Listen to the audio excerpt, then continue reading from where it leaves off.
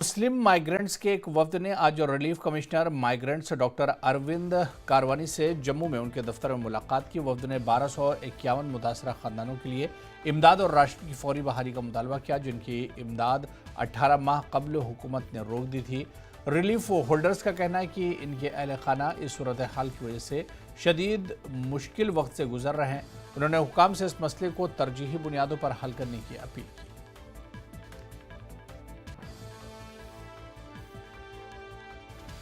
लेकिन आपके माध्यम से मैं कहना चाहता हूँ, थ्रू कमिश्नर साहब को, एलजी साहब को मैं करता हूँ अपील, और उमर अब्दुल्ला साहब को भी अपील मैं करता हूँ कि लोग इस वक्त परेशान है। परेशान की मैं इतने पड़े हैं कि कहने की बात नहीं, क्योंकि 12 महीने से अभी ये रिलीफ जो इनका बंद है, 18 महीने से बंद है अभी। लेकिन हमने आश्वासन ये कब तक चलेगा। हम ग्राउंड लेवल से लेकर सेक्टरों से लेकर एलजी तक हम मिले हैं, लेकिन सिर्फ आश्वासन नहीं मिला। आज मैं आपके माध्यम से मैं ये रिक्वेस्ट करना चाहता हूं कि किसी भी तरीके से इसको रिलीज किया करो, जो भी वेरीफाई हो गए।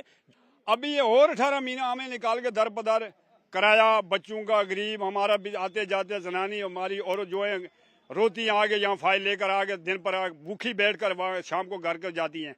हमने आज बोला, मैं उमर अब्दुल्ला साहब को ये कहना चाहता हूँ जी, अगर 600 में होगी है, 600 में 100 गरीब हूँ, जो औरत गरीब या गरीब कोई है लाचार लंगड़ा, उनका छोड़ 100 छोड़, हमें थोड़ा तसल्ली हो जाएगी, हमारा कार्ड ओके हो जाएगा साहब। हम ये उम्मीद रखेंगे 1200 में, नहीं अगर ये 100 भी नहीं छोड़ेगा, हमने कोई उम्मीद नहीं है।